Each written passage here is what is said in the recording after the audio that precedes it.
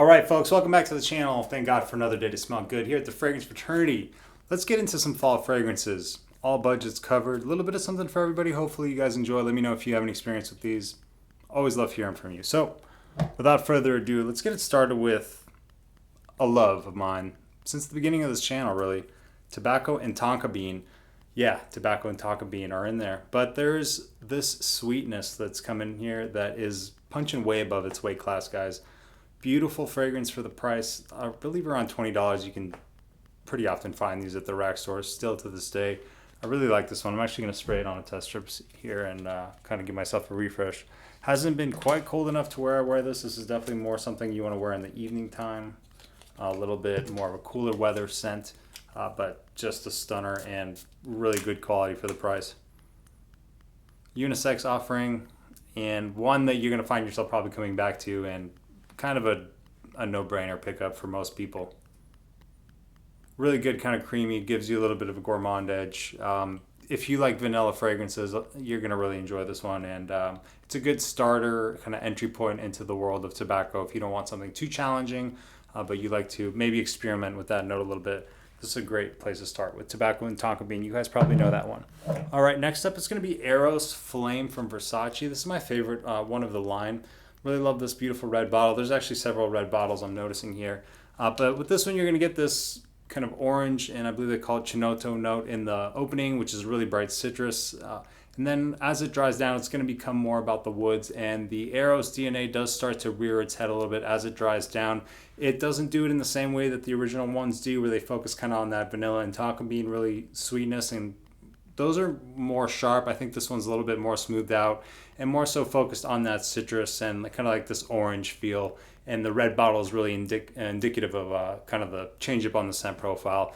This one, for whatever reason, just seems to really work. People love it, and I've definitely gotten my fair share of compliments with this one, and people just telling me I smell good. Something you could wear pretty much as a signature scent, and you could even wear it to the office, maybe just dial down the sprays, but a very solid flanker here, and takes that Eros DNA and just kind of improves upon it, in my opinion. So Eros Flame is going to be the next choice. All right, up next we're going to have one of the more expensive fragrances here, but one that is not really mentioned enough. I'd like to give it some light here. This is going to be Coffee Break Xerjoff Golden Dallah.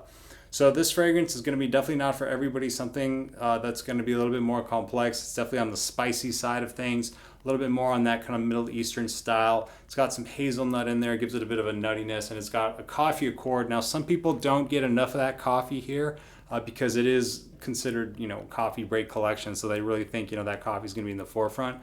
The coffee is kind of more underneath here, so don't go into this thinking it's only a coffee fragrance. Really, it's about those spices. Do get a nice little bit of rose underneath. It doesn't overpower the fragrance. I'm very picky with my rose scents or rose in fragrance at all, but it doesn't poke out and it doesn't dominate the fragrance in a way that is unenjoyable. It's really about that kind of nuttiness here, a little bit of the coffee aspect, and it's all about those spices. It's a very spicy fragrance, a little bit unisex, but I think leans masculine with how spicy it is. But I have seen some ladies out there that enjoy wearing this too. In the cooler weather, at night, going out, if you want to make a statement, if you want to be a little bit different, if you don't want to smell generic, you want to be, doing your own thing, I don't think anyone else is going to be wearing something like this. So especially in the Western hemisphere of the world, this is not a scent profile that many people are gravitating towards, but for whatever reason, I really enjoy this one, and you may as well if you kind of enjoy some spicy fragrances. This is Golden Dallah from the house of Xerjoff. All right, next up we have another affordable one. It's going to be Calvin Klein Defy. This is the Parfum version. It's kind of a blue fragrance, but it kind of also puts me in the mindset of a Bad Boy from Carolina Herrera. It's got this cacao, this chocolatey type of nuance to it. It's also got a decent amount of pink pepper that kind of brightens it up in the opening and kind of gives it a nice pop and kind of an attention-grabbing opening and a very kind of mass-appealing, pleasant opening as well. And the cacao starts to come out more as it reaches the dry down. I get great performance here, and really a do-it-all type of fragrance. Maybe not something that's going to be completely different than other things that you smelled out there, but at the same time, when you factor in the overall usability of this, the performance, and how it does have its own little twist at the end of the day. And I really enjoy the cacao dry down of this one, especially as it starts heading into that dry down. That cacao coming out more is something I really enjoy about this fragrance. So a good little cheapie here. Calvin Klein Defy. This is the Parfum. Make sure you guys get the Parfum because the other ones in the line are very different smelling. You'll be very surprised if you want the Parfum, you get the Eau de Parfum. That one is very leathery and definitely not as sweet. So the next one up is going to be definitely the most unique looking bottle probably of all the bottles that I have. This is going to be Rabanne Ultrared Man. Kind of smells like an orange creamsicle. Got to give that a spray. Actually a really good atomizer here, but this one was gone for a while, but then all of a sudden it kind of reappeared. So I'm happy it was able to make a comeback here, and I'm just smelling it in the air. This is one of my favorite affordable vanilla fragrances. It's also got blood orange. Blood orange and vanilla are the main two things you get, but just more youthful, fun, very sweet, very much all about that blood orange in the opening. It just really envelops the whole fragrance. So I like to wear this one out the shower. I don't get the best performance out of it. I call it about average. But when it's a little bit colder out and you kind of want that orange creamsicle vibe, this is a great one to go with, and it's not that expensive these days. Gets compared to, I believe, a Mugler fragrance, Ultra Zest, which is really hard to find. So if you want something similar from a respected house like Rabanne, you can check out Ultrared Man, and you're going to be pretty satisfied. I'm happy to own this one. It's a good little cheapie as well. I'm glad that they were able to bring it back. I don't really have other stuff that smells like this, and it does smell delicious, I gotta say. So here we go. Let's keep it going with another kind of Middle Eastern style, another kind of spicy boy here. This is going to be Stronger With You Tobacco. The first Stronger With You I actually got, and now I think this one's a little bit hard to find, so might not spend too much time on it. But again, very spicy up top. It's got this ambery backbone to it. It does have the tobacco in there, but the tobacco does not overtake the fragrance. It's not all about the tobacco. You do still get some of that Stronger With You kind of chestnut sweetness, that kind of vanillic sweetness that the Stronger With You line is known for, but it's definitely dialed back. This is the least sweet of all of them, and the one that really does its own thing and goes in a more Middle Eastern direction of Stronger With You. So I really enjoy that about this. This one was a love at first smell, captivated me right away, and one I'll definitely be reaching for as time goes on. Amazing performance here. This thing is a beast, certified beast, and again, probably a little bit different than what most people are going to be in the Western Hemisphere wearing. But if you enjoy spicy fragrances, and if you want maybe a little bit more mature take on that Stronger With You DNA with a little bit less sweetness, because that is a very sweet profile overall. You can check out the tobacco if you're still able to find it. Hopefully you can at least sample it and get to experience it if not. Anyway, so let's keep going. This is going to be a fragrance that I just continue to enjoy more and more, and it continues to impress me more and more. This is Billie Eilish number 2. This is technically marketed for women, but this smells similar to Tom Ford's Ebon Fumé. This is kind of a affordable fragrance version of that. Above average performance here. I really like the look of this bottle. I think it's pretty unique. I think it's pretty cool looking in the collection. And this does not smell feminine to my nose. I think this really is a masculine type fragrance. It's very woody. It's very dry. It's got a bit of this earthiness to it. If you know the Ebon Fumé DNA, then you can kind of relate to what this might smell like. Obviously, a different perfumer. It's going to have its own variation, but I think that that's what they were going for, or at least inspired by that Tom Ford fragrance, because I have a lot of experience with that scent profile now. It's one that I really have discovered this year and really fallen in love with. And that's now I realize why I like this fragrance so much, because it does very much remind me of that. This is one that pops up at the rack stores. You can get it for a great price. I think it's definitely a snag. Just because it's marketed for women, I wouldn't sleep on this. I don't normally recommend a lot of women's fragrances on this channel, but this happens to be one that I really feel is unisex, leaning masculine. A lot of guys are going to really enjoy and pull off. And don't let the fact that it's for women throw you, because this is really an amazing scent that is really focused on the woods. And yeah, I think you're going to get a lot of enjoyment out of it. If you want a woody, spicy, kind of dry fragrance, and if you enjoy stuff like Ebon Fumé, or just want to get an idea of what that style is like, you can dive into this. And I think you're going to be impressed. It really impressed me. It's not often that you find a celebrity fragrance that is really kind of pushing the envelope and is really, standing out from what they usually are, which is just, a bunch of generic releases. So Billie Eilish number 2 is a really good one to check out, guys or girls, but definitely can be worn by men, in my opinion.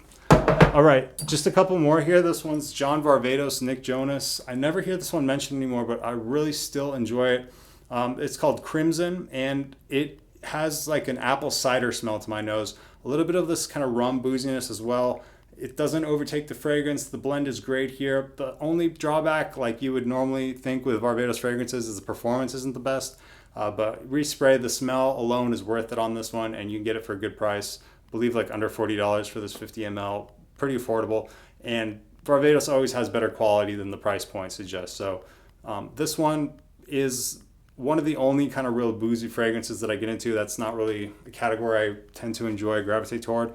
But the kind of apple cider imagery that this one paints in my mind is why I always reach back to it. And it is a little bit more of a cozy fragrance. And I really just enjoy the way that the apple note comes across here on a cooler fall night. It is, it's comforting. I'll say that. So Varvatos, Nick Jonas, Crimson. All right, two more guys. So this one is going to be from the house of Mercedes-Benz. This was a recent pickup, just kind of bought it on a whim, impulse buy type thing. Under $30 at Ross, I was able to find Mercedes-Benz Ultimate. This is a blue fragrance. Yeah, you could wear it in the fall. You could also wear it pretty much all year round. This was just kind of an excuse to throw it in this video because I haven't talked about it yet. But it kind of reminds me of Ferragamo Pour Homme, you know, in that more affordable, everyday wear, easygoing, nothing really groundbreaking here. I do like the look of the bottle, and for a 4-ounce bottle for, I believe, $27.99, this is a good value buy, and it's going to get a lot of usability. It's kind of a dumb reach type thing. I do get like this kind of violet leaf type freshness. It does remind me maybe of like a blue Fahrenheit type of situation going on here, but more modernized. People online were saying Sauvage and Greenlee. I don't really get either of those or any combination of those really. That's not how it smells to me. The closest one that I can match it to would be that Ferragamo Pour Homme if you ever tried that one. But if you try this, you're probably going to like it. I think this is a fragrance that most people are going to like, but maybe not love. But again, for the price, the amount that you get, the look of the bottle, like the overall presentation, it's worth mentioning because for under $30, it's a good, solid fragrance. So you can get a lot of use out of it. I'm putting my stamp of approval on, long story short, Mercedes-Benz Ultimate. All right, last one. Thanks, guys, for sticking with me all the way till the end. This is going to be the only, I guess, clone besides you could argue that Billie Eilish is also a clone, but without too much intro, this is going to be Gary's Den Parfum. This is going to be an inspiration of Dior Homme Parfum, the old one, not the new one, the one, you know, the people are obsessed with that is really hard to get now. A lot of iris here. You got to be into that waxy kind of makeup-y, I guess, lipsticky iris, that really kind of thick, heavy iris. You got to love that. I enjoy that from time to time. It's a note that I come back to. And the way it's done here is pretty phenomenal. I don't really foresee myself ever owning a vintage bottle or any bottle of Dior Homme Parfum, not like the, you know, old Dior Homme Parfum, let's just call it that, for brevity's sake. So this one really satisfies that itch, and really, I've gotten a lot of enjoyment out of this. I know the dent isn't huge, but I have gone back to this one time and time again, and it's one that's kind of survived the purging of the cheap fragrances in my collection. This one I'm definitely keeping, and I definitely like to come back to, and it is a really, really solid take on an iris fragrance. Iris is one of the more expensive notes in perfumery, and this is kind of more on the synthetic side. But I really enjoy the blend, and the value for money is there, and it doesn't smell cheap. It's definitely wearable. And for iris lovers and fans out there, if you want an affordable, really, really solid kind of twist, like a woodier twist on Dior Homme Parfum, the old version, if you want to maybe save your bottle and wear a clone just to supplement when you're maybe just hanging out at home, that'll give you a similar experience. Gary's Den from the Fragrance by brand FOMO. Gary's Den Le Parfum. So that's going to be the final one for today. Those are the 10 variety of budgets here. Hopefully you enjoyed the selections. Let me know, what would you recommend? What do you guys think about these fragrances? Have you worn any of them? Do you have an opinion on them? Always happy to hear from you guys. Hope you have a great weekend, and I appreciate the support. Hit that like and subscribe button if you have not yet, and you can join the only fraternity in the world talks about fragrance Fraternity. Appreciate you guys' time, and God willing, we can all wear our fragrances in good health moving forward. So I'll see you in the next one. Take care.